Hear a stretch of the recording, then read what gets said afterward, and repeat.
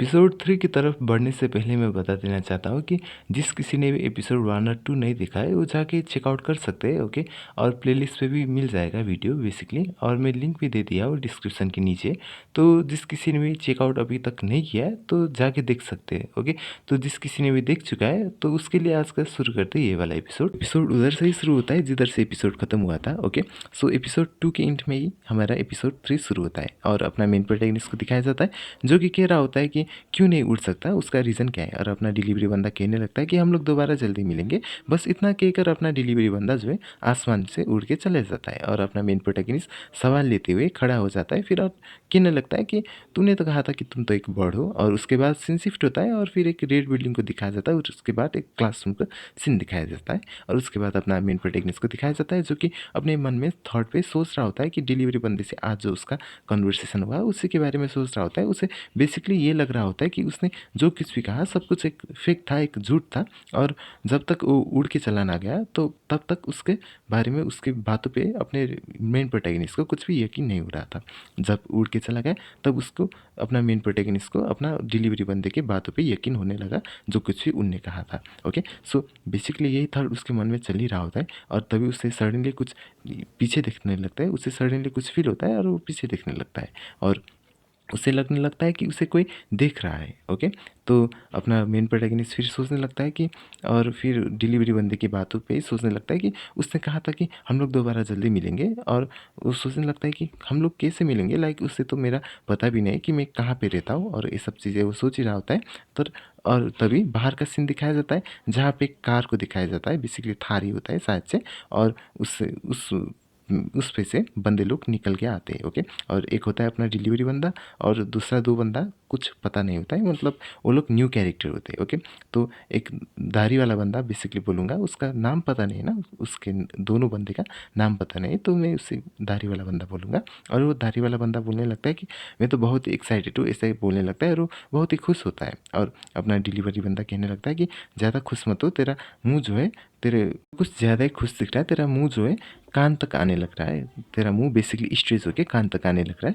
और अपना डिलीवरी बंदा ये सब कहने लगता है और उन लोगों के बीच में मजाक मस्ती चल रहा होता है। और अपना वो दाढ़ी वाला बंदा कहने लगता है कि मैं तो बस 2 घंटे तक ही सोया हूँ। और बस उसने 2 घंटे तक सोया होता है और फिर अपने को तो वो गाड़ी पार्क करके प्रिंसिपल के रूम के ऑफिस में दिखाया जाता है और एक लेडी को दिखाया जाता है जो कि एक प्रिंसिपल ही होती है। और वो कहने लगते हैं कि हम लोग कितने सालों बाद मिले। और दूसरा वाला बंदा कहने लगता है जो कि एक बुढ़ा होता है और वो कहने लगता है कि हाँ चेयरमैन, हम लोग चेयरपर्सन, ऐसा ही कुछ, चेयरवुमेन, हम लोग बहुत सालों के बाद मिले हैं। और उसके बाद एक सीन को दिखाया जाता है, वो लोग बैठने लगते हैं और फिर बातें करने लगते हैं। और हमें पता चलता है कि वो प्रिंसिपल के थ्रू, प्रिंसिपल जो है एक लड़की को प्रोटेक्ट करना चाह रही थी और बेसिकली उसके ग्रैंड चिल्ड्रेन होती है। ओके। पोती होती है और वो भी एक बर्ड होती है। ओके। सो ये कुछ खुलासा था जो हमें खुला जाएगा, मतलब वो कुछ कुछ चीज़ें, सीक्रेट चीज़ें हमें बताती है। ओके। इसलिए सीन क्या होता है कि वो प्रिंसिपल को अपना ग्रैंड चिल्ड्रेन प्रोटेक्ट करना होता है। और फिर क्या होता है कि वो एक बर्ड होती है और कौन सा बर्ड, उसका स्पीसीज जो है अब तक पता नहीं चला है। ओके। तो इसके लिए क्या होता है कि उस पर कोई नज़र रखे जा रहा है और उसे, उसका जान का खतरा है बेसिकली। ओके। तो ये जो 3 लोग हैं, अपना डिलीवरी बंदा और वो दाढ़ी वाला बंदा और एक बुड्ढा जो है, उसका डॉटर को प्रोटेक्ट करने के लिए, लाइक ग्रैंड चिल्ड्रेन ना, ग्रैंड चिल्ड्रेन को प्रोटेक्ट करने के लिए आए होते हैं, लाइक अंडर कवर स्पाई, ऐसा ही कुछ। ओके। ऐसा ही कुछ सीन होता है। और अपना जो प्रिंसिपल जो है अपना डिलीवरी बंदे का हाथ पकड़ लेती है और कहने लगती है कि thank you for saving my daughter, मतलब इतना इफोर्ट कर रहे हो मेरे डॉटर को, ग्रैंड चिल्ड्रेन को बचाने के लिए इतना एफर्ट करे, उसके लिए शुक्रिया, बेसिकली वो कहने लगते हैं। और अपना डिलीवरी बंदा कहने लगता है कि आप गलत इंसान के हाथ पकड़ रहे हो, क्योंकि मैं अंडर कवर स्टूडेंट बन के उससे प्रोटेक्ट करने वाला नहीं हूँ। बेसिकली वो अपना धारी वाला बंदा जो है उसे प्रोटेक्ट करने वाला है। ओके। तो बेसिकली ये सीन हो रहा होता है और अपना प्रिंसिपल जो है एक पल के लिए शॉक हो जाती है और फिर कहने लगती है कि तुम्हारा एज क्या है। और वो अपना दाढ़ी वाला बंदा कहने लगता है मैं तो बस 18 साल का हूँ। और फिर अपना वो प्रिंसिपल कहने लगती है कि तुम्हारा हाइट कितना है। और फिर वो अपना बंदा, दाढ़ी वाला बंदा कहने लगता है 196 सेंटीमीटर। तो फिर अपना प्रिंसिपल एक पल के लिए शॉक होते हैं और कहने लगते हैं कि, प्रिंसिपल कहने लगती है कि तुमने जो है, तुम लोगों ने मेरा बातों को ज़रा गौर से नहीं सुना है, क्योंकि मुझे ऐसा बंदा चाहिए जो कोई नोटिस भी ना करे, जो विजिबली नोटिस भी ना हो और अपने उसके ग्रैंड चिल्ड्रन जो है, ग्रैंड डॉटर, उसे प्रोटेक्ट भी करे, ओके।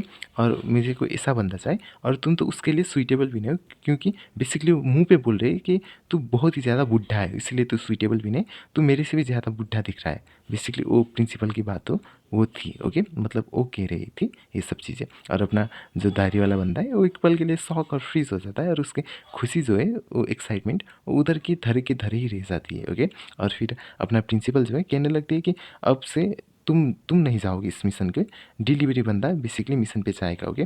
फिर वो दूसरा वाला बुड्ढा जो है और कहने लगता है कि ठीक है चलेगा, कोई दिक्कत की बात नहीं। और अपना डिलीवरी बंदा जो है वो स्पीचलेस होने लगता है। फिर हमारे दूसरा सीन दिखाया जाता है जो कि क्लासरूम का होता है, और अपना डिलीवरी बंदा जो है वो क्लासरूम में आता है, और फिर टीचर जो है उधर और डिलीवरी बंदा को कहने लगता है कि अपने बारे में इंट्रोड्यूस करना, ओके।